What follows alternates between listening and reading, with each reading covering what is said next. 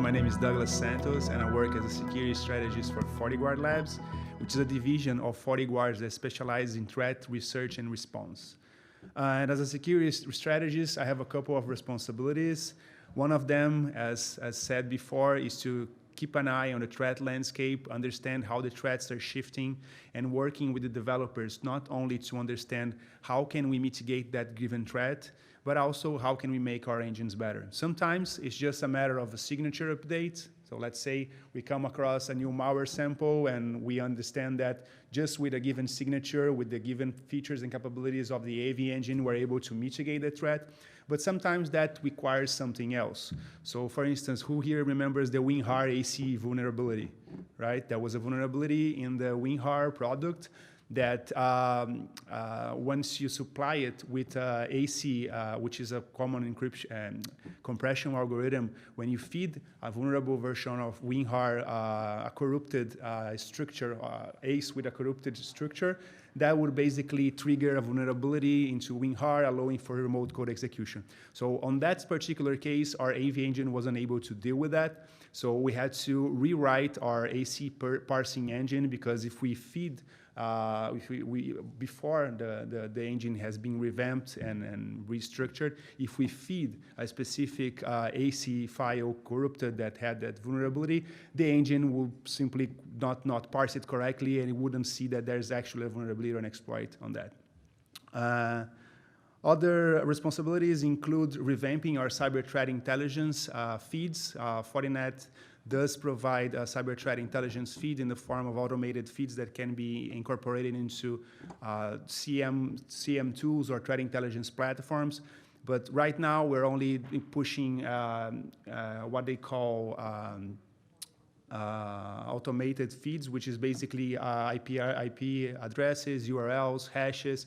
There's not too much context. So right now, I'm one of the guys that's leading the data science project to make sure that we're able to understand campaigns, threat actors, and extract TTPs out of those malware samples to make sure that the threat intelligence feed has more context and more information, so that our customers and our partners are able to have more visibility and context around those threats other than just IP addresses, URLs, and hashes. So I'm going to be talking a little bit about ransomware evolution. Ransomware has been around for more time that we give credit for, and it just seemed timely to talk to you guys about this, because at the very peak of ransomware evolution, it is targeting government institutions and municipalities like never before, right? So, okay. So I'll show you this trend has started earlier, and it didn't actually started as encrypting any files. It basically just scrambled some of the file system structures in a way that wouldn't make we wouldn't be able to access all your files. So naive and unexperienced computer users would be helpless against this first strain of viruses. Then we will explain how, in a few slides, how the techniques have changed from spray and pray to very focused and targeted attacks. That trend had started somewhere 2 or 3 years ago, when a cloud computing company has been held ransom for $1 million. I think it was in China. So a ransomware got a breach into their networks, and it got into all of their Linux servers. So most of their customers' infrastructure and services were held from ransom, and they were requesting $1 million in Bitcoin. Then we're going to be talking a little bit about what are the distribution vectors that are being leveraged by ransomware.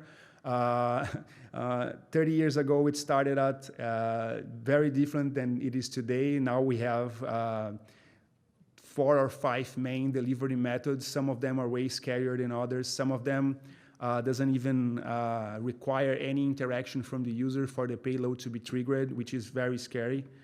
And then I'm going to shift to some of the recent ransomware attacks, namely the Robin Hood malware, which is targeting government municipalities in the US and in Canada. And I think it's very timely for us to discuss this trend and how it has affected lots of cities in the US and what they are doing to fight this. And then, obviously, some key recommendations that we usually give to our customers in order to avoid. Some of them are very obvious. They've been talking about this for a long time. Some of the other key recommendations may not be as known as the other ones. And what to do if you don't follow the recommendations, right? How can you recover from ransomware? What to do when everything else has failed? What should we focus our efforts on? So before I start diving into the actual evolution of ransomware, I'd like to talk a little bit about how has malware and malware detection technologies has evolved. Well, in the very beginning, there was only signature-based solutions, right? So you have one malware, you calculate the hash of that malware, and you put that hash into a database. You push that database to your customers, and you have protection against those specific file. But that doesn't scale very much, not at all, actually. And if you take that specific sample of virus and change just one bit of information, one bit that might not even actually change any functionality of the malware, boom, you have another hash. So obviously, this is not optimal. This doesn't scale at all. So the second generation comes in, and then we're talking about sandboxes, right? So you're actually getting this specific malware, you are running it into a controlled environment, you are looking at open files, make connection, drop files, opening other processes' address space, trying to hide its code into the other process address space. And that was good for some time. And it's some recent research says that almost 50% of all Canadian companies have some form of sandbox technology, if not on premises, on the cloud. So that can help you lessen the time to detect a little bit. Not by much, but it does help.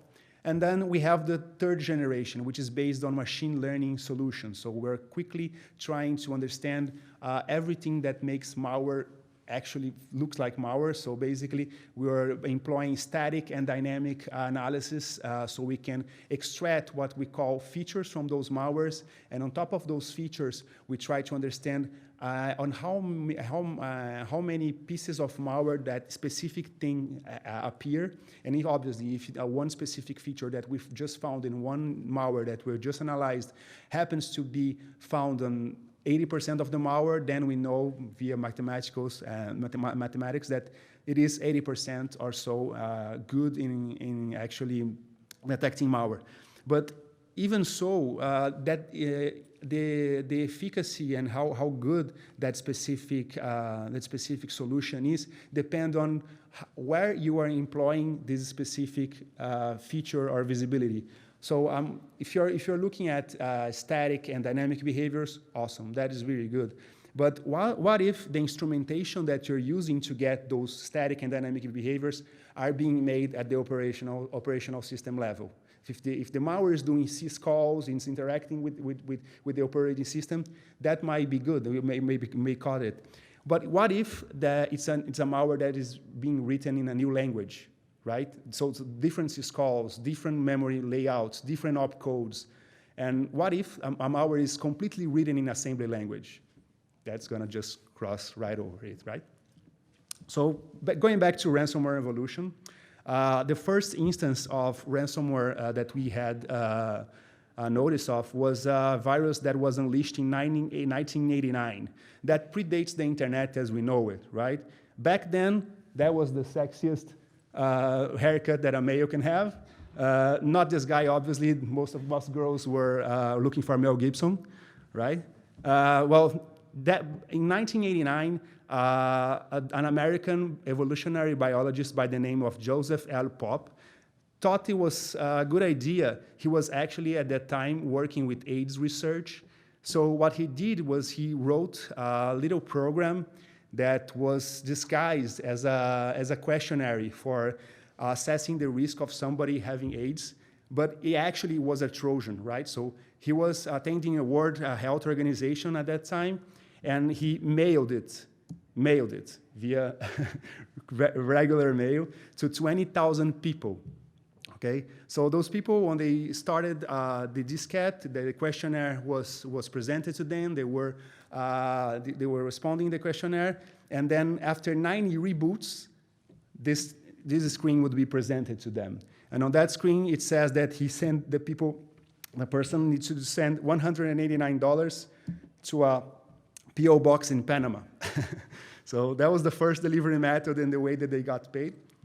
And then in the year 2000s, when everybody was worried about the the year 2000 bug, we had a couple of what they call fake AV and performance enhancement tools. Those were mostly likely distributed to torrent sites or websites or drive-by downloads, where you would install something that would theoretically enhance the performance of your computer. And when you ran it, it was like, oh, I found a bunch of issues in your computer, and or if they didn't actually find it, there was nothing. They would actually make something, break something in order for you to make sure that you pay them, right? So obviously, there was initially a small fee around $30 to $100, and obviously they didn't fix anything, right? So in 2006, it was the birth of ransomware as we know it. So the first ransomware to actually use public key cryptography to carry out its encryption. So there was no actual way to, via the decryption process, to recover the plain text. But even though it was employing very, very potent cryptography, most of these malwares were riddled with bugs. The GP code and Activius had hundreds of issues on their code. So if I remember correctly, Activius actually didn't overwrite the file, it deleted. So you would be able to undelete it. And there was some other issues with GP code where even if you were able to get the private decryption key to decrypt the files, there were errors in the decryption routine where they weren't able to actually decrypt the file. So they were pretty buggy, and it was most mainly by individuals who were like just realizing the power of this tool and what could it be used for. And then 2013, Cryptolocker came along, and it was an attack that was mainly delivered via email and exploded from 5 of September to late May 2014. It typically propagated as an attachment to a seemingly innocuous email message, which actually looks like it was sent from a legitimate company. Most likely, the individual behind this threat had a network of spam bots who were actually sending those from actual companies, so it would feel more enticing and more real, so that you would be more prone to open that. So it contained a zip file and sometimes a an executable file, but with the extension as a PDF. So it was gonna be like invoice.pdf.exe.pdf. So it looked like a PDF, but it wasn't a PDF, obviously. So this was distributed via a well-known botnet called Game Over Zeus. And it was the first ransomware to actually demand the ransom to be paid in Bitcoin, which made it explode at the time. Some reports say that they netted close to $27 million. It was the first very lucrative ransomware operation to date. And in 2014, FBI, via Operation Tovar, was able to crack down a couple of their network and servers, and were able to get the encryption keys. So some of the victims from that malware were actually able to recover their data without having to pay anything.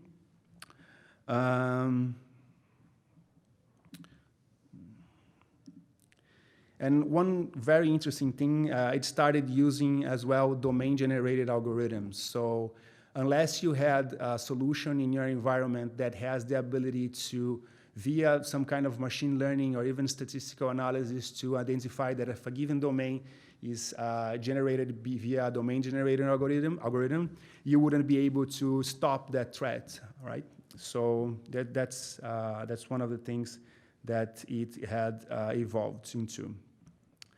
And then things really started to being picked up by cyber criminals. In 2015, Cryptolocker came along, right? And we had close to 5 versions, iterations of that malware. And it was so huge, mainly because of the way that it was being delivered, right? So the threat actors behind Cryptolocker actually breached into hundreds to thousands of legitimate companies' domains, like Disney, if I'm not mistaken, Facebook ad networks, all of those big companies that a lot of people actually navigate to without giving a second thought.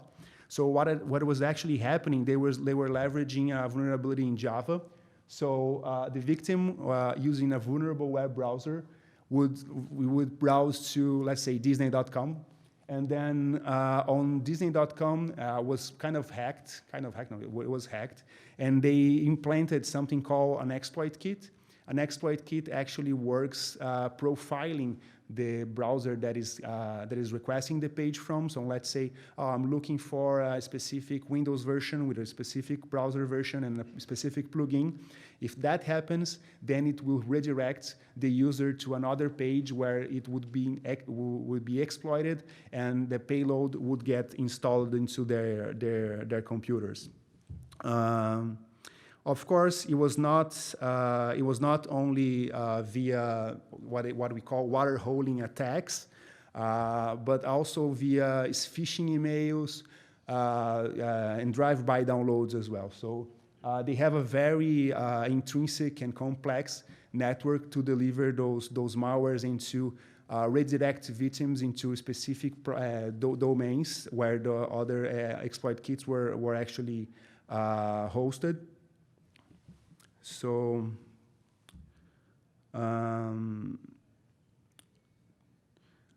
Cryptolocker actually had a lot of, it amped the game in a sense that it started to hide deep into the system. It was the first ransomware to actually employ code injection techniques. So once he got a foothold into the system, it would open up explorer.exe and try to hide its code inside the process. So it was the first iteration of a malware that actually had no processes running. So it's basically one trait of a fileless attack. So it executed the code. As soon as it was able to execute, it would open up another processes, another explorer.exe or svchost.exe, and it would try to inject the code into a different process. So if you're looking at processes, you wouldn't find anything. It would be just the regular explorer.exe running. So that's nothing, right?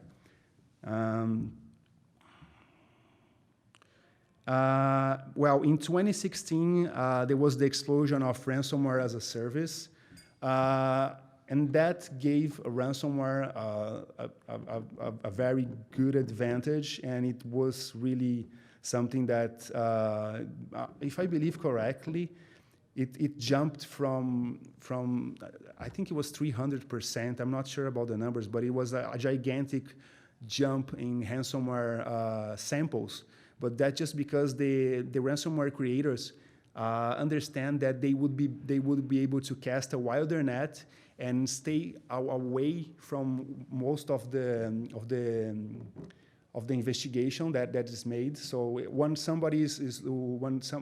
a threat hunter is actually looking at how was that malware delivered, it's actually looking at the infrastructure. So where is this malware communicating to?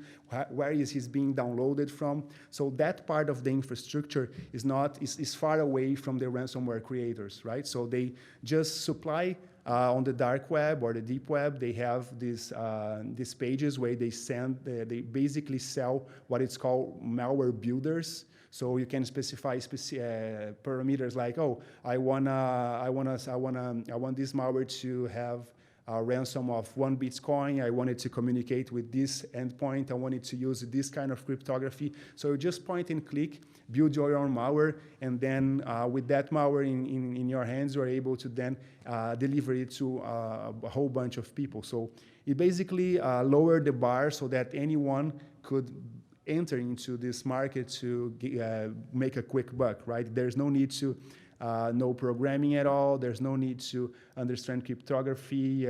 You don't need to do research on antivirus engines to see if your virus is actually gonna be effective or not. You just supply your affiliates with this malware builder, let them do the dirty work, and at the end of the day, you split your profits, right? So in 2017, that's when the S hit the F. So we had WhenWannaCry and Petya, right? I think it was on a Friday in 2017 that the WhenWannaCry started hitting computers worldwide. I was using an exploit that was previously disclosed by the NSA and had been patched by Microsoft 2 months before. And it's basically leveraging an SMB vulnerability to get its way into the networks. And from there, it had a self-replicating payload. So it is said, most people think that the initial infection vector was an SMB server that was open to the internet. So, but that's not being actually confirmed. So ransomworms were just basically a response to people getting wise. Well, not so wise, right? We still have a lot of breaches that happen because people are naive and go and clicking through everything. But it was a response to people getting wise about the spread of traditional ransomware that uses spam, social engineering, and phishing. So with ransomworms, you don't actually need to click or do anything. If you have a vulnerable application, if you're running a vulnerable web browser, like I've seen this, it was like, and this is one of the most scary things that we can see, zero-day vulnerability on a popular browser being exploited on the wild. Google security searchers, I think 1 month ago or 45 days ago, they come across 7 different iOS exploits. They were targeting Korean users. So just by visiting a website, that's it. You're a victim already, because if you're running a specific vulnerable version of that software, all it needs is just communication and the ability to serve you pages. So since you are browsing to that page, that's all it takes, right? So it has the ability to spread itself by using vulnerabilities, and not only vulnerabilities such as Eternal Blue, but also via credential stealing. So we had some instances where networks were completely infected in less than 3 minutes. Obviously, those were networks that didn't have any segmentation or zero trust architecture or anything. But they were actually doing credential stealing as well. There's a tool called Mimikatz, written by Benjamin Delphi, that actually allows you to steal credentials that are in memory from Windows. And if you don't actually profile your environment and you actually don't have very deep visibility into your network traffic and the interaction between processes in the kernel, very advanced attacks will get through and will be able to breach your networks and wreak havoc. So even if you have zero trust, and okay, I'm actually inspecting SSL traffic, I'm actually looking for IPS vulnerabilities, I have anti-malware between segments, but if somebody is doing credential stealing, that's something you will not see if you're not deeply instrumenting the operating system. In 2018, GainCrab came along, and over the course of 6 months, they released 5 GainCrab versions to date. Was the first ransomware that demanded ransom to be paid in the Dash cryptocurrency, and it actually utilizes DNS resolution via the bit top-level domain. that actually meant that no DNS server security solution would be able to stop it because the DNS requests were being made via the blockchain. So it completely evaded that part of the defense. And it was the first malware that we've seen that give us any indicators that they were running something very professional and well maintained. The first version experienced a few setbacks as the company Bitdefender released the decryptor for the earlier versions. So they were only able to release this decryptor because one of their GainCrab servers got compromised, and Bitdefender was able to get the private keys and was able to send that as an update and as a executable for decryption of specific victims that had been affected by GainCrab version 1 and 1.1. But GainCrab 2.0 was released on the same week. That's never been seen anywhere. So it almost looked like they released the malware and they were looking at vendors' response and acting accordingly very, very fast. Okay. So GainCrab has been distributed via multiple spreading vectors, mainly spam emails, but also exploit kits and other affiliated malware campaigns. So one of the very interesting things, he was not the first one to do this, but GainCrab generated one AES key per file. So it did generate the public key for encryption and the private key for decryption, but also for every file, it generated a new AES key, and it would encrypt the file, encrypt the AES key for that file, append it to the end of the file, and it would destroy the key from memory. So there was no way to recover. It was even harder than just public key encryption, right? I almost forgot. That was very interesting that when you are actually doing malware research and you're creating malware, we're obviously testing that malware against different antivirus engines, right? But when you're doing this, we're actually understand the deep internals of the antivirus.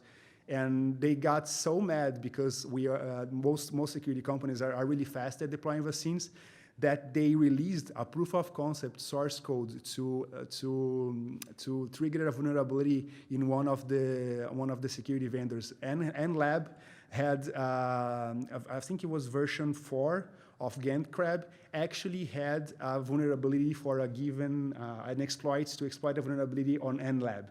So if you ran GainCrab version 4 on a computer that had an antivirus from NLab, it would break NLab because of that vulnerability, and it would still run. So it was the first instance that we really saw very agile and mature development practices being incorporated into malware.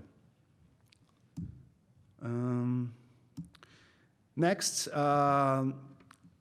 Robinhood and targeted. Now cyber criminals are focusing on organizations that can pay and have the drive to do so. So that's mainly two things: municipalities and government institutions, right? So what they do is they don't actually work the same way as ransomware, where they breach a network and go scanning everybody and exploiting everybody, making a huge mess and a lot of noise. They actually breach the network and try to blend in with the traffic, trying to identify potential systems and understand if the network that was breached is a network from, let's say, waste management or traffic lights management for a given city, something that would make that intrusion very, very lucrative for them. So right now, these attacks have started in, if I'm not mistaken, in May. Close to 200 municipalities have been targeted so far, and that's just a few of them: Washington, Garfield County, Jackson County, Airport Augusta, City of Baltimore. So all of them were breached. There's a couple of them in Canada as well, and I think it was this week. There was a company in Spain that was breached as well, and we were able to understand that the attack was very targeted, because once they encrypted the files, the extension was the name of the company in LeetSpeak. So LeetSpeak is, yeah, okay. A few things that actually gives us the chills more than anything else. If we, I think it was from the Ponemon Institute. Sorry, I forgot to put in the source. Half of 600 surveyed cyber professionals do not believe that their organization is prepared to repel a ransomware attack. That means they have no zero trust. They are not instrumenting their operating systems. They don't have any type of data analytics or CM solutions. So they're driving a car on a snowy road with their foggy windows, right? That's basically what's happening. And this is even more scary. Almost 80% of companies infected with ransomware were running up-to-date endpoint protection. So that says something, right? That's not enough. We're actually seeing, I have access to our threat telemetry systems within Fortinet, and we can actually see that the numbers have going down dramatically, like 90% of the volume of the ransomware is gone. But now the attacks are more devastating and they're more focused. So the shifter ransomware, they are being increasingly making the decryption more difficult. As I was explaining in GainCrab, they're not only making use of public key cryptography, but asymmetric cryptography as well per file. So it's absolutely impossible to recover this file. And this is true for all threats that we're seeing. They do not cease to innovate and shift in order to avoid detection and carry its intent without raising any alarms. So this makes detection very difficult, especially with the way that antivirus companies are doing right now. Obviously, as I've explained it before, the use of new languages makes it more difficult to catch, because even if you're using machine learning, if you're doing static and dynamic analysis, if you're feeding ransomware that was written in C, Python, and Java, and then there's a ransomware written in Go, that's it. You won't be able to catch it, even if you're running machine learning solutions on top of that. Well, we really think that the next focus would be high-profile individuals, operating technologies, and mobile, just because there's a lot of our lives are mobile right now. I have my token, all of my finances are here, so. And I do believe that if they make it ransomware with just $10 or $15, everybody would pay, because nobody would risk it. Yeah. Increasingly complex mixing behavior to trick AV engines. As I said, new languages are one of the ways that they can get through it. Distribution vectors, we've talked about this, mainly attachments in emails, but not only attachments, links as well. Social engineering, since 30 years ago, still happening, right? That happens a lot, especially when you're receiving an email from a company that you do business with. That seems to be most of the cases now. Before deploying ransomware, these guys behind it, they try to understand the company, understand which are the partners, and try to breach some of the partners to send you an email from that partner to make it more enticing for you to open up that email. Drive-by downloads, exploit kits, and obviously there was one malware that actually was able to utilize one function of I think it was Microsoft Office, where just by hovering the mouse on top of a link was able to trigger something, trigger a payload download. So there's a ton of tricks, right? And obviously, ultimately, bugs, right? If you have a bug, that's it. There's nothing else you can do other than patch. So how does it actually work? Considering that we're exploiting a vulnerability on a browser. So let's say we receive an email with a link to your bank. In this case, it's Citibank, but it should be Citibank, but you're not actually paying attention because it's urgent, right? And then you fire up your Firefox. It's going to go to that socially engineered site. The social engineered site would have an exploit kit on it or just a single vulnerability. It will profile your Firefox, you're running Windows, and you have a vulnerable version of Java. Then it would exploit that vulnerability, would call PowerShell, execute only in memory so there's no traces or no artifacts, whatsoever, which is mainly what today 70 or 80% of antivirus companies are doing. They're looking for things on disk still. They're not actually doing any memory. That's about to change because Microsoft has released advanced malware scan interface that actually makes you able to plug into the memory address space of MS, HTA, PowerShell, and other avenues of attacks for these malwares.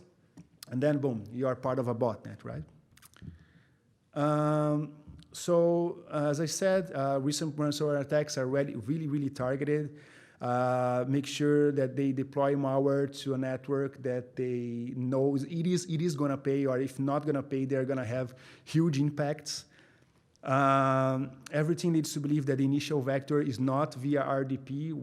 Some researchers said it would, but most of them do not agree on that part. And once inside the network, it behaves like a ransomware, but not as hectic, right? It's trying to jump for systems to systems, looking for systems that have actual value and have actual data that the given municipality or government institution needs to carry on its business. It's different to completely shut down a company. It's a whole other issue to completely shut down a city, and they know it. So municipalities and schools are being targeted in Maryland, Georgia, New York, Tennessee, and Florida. 10,000 computers affected in Baltimore. And the ransom that they are demanding is basically 1 Bitcoin per computer or 13 Bitcoins for your whole environment. But of course, they did not negotiate with terrorists, right? So I think it took them 3 months to completely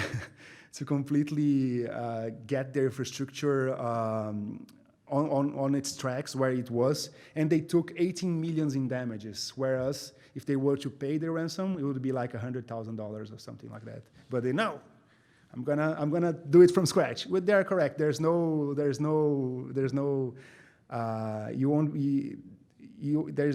guarantee that you're gonna have the public key or that the decryption will work. So it might as well throw $100,000 on the garbage. Make sure that you have security in place before, right? So 8 million are lost in revenue, 10 million recovery costs, and recovery will take months if you don't do backup, if you don't have zero trust or anything in your environment, and you actually didn't know where it started or where it has ended. So one very good thing that you guys could do to make sure that you are on the front end and you are at least clear some of the fog on your car is focusing on MITRE TTPs. A lot of people talk about indications of compromise. Well, indications of compromise mean that something is really bad in your environment and you should act accordingly. But if you're focusing on indicators of action, you may actually be able to stop that track on its tracks. But in order to do that, you must be able to be instrumenting the operating system. So if you guys don't have the actual budget to go and buy a deep behavior analytics solution or buy deception technology, which is amazing because it changes the economics of the attack. So instead of the attacker need to be right one time, it needs to be right all the time for the attack to succeed, right? So making sure that you're looking at TTPs and you're doing a proactive threat hunting in your environment, it's one of the ways to go. So recommendations, segmentation, of course, especially for ransomwares. If you have the HR department separated from the IT department, separated from the financial department, making sure that you have inspection of all of those environments, you will be able to at least understand that there's something wrong moving from one domain to another. Backup data, of course, and patching, right, of course. Recommendation, security mindset. There's a couple of a lot of companies actually that actually do phishing on demand. So be sure to accommodate that into your security mindset and setting up for controlled drills.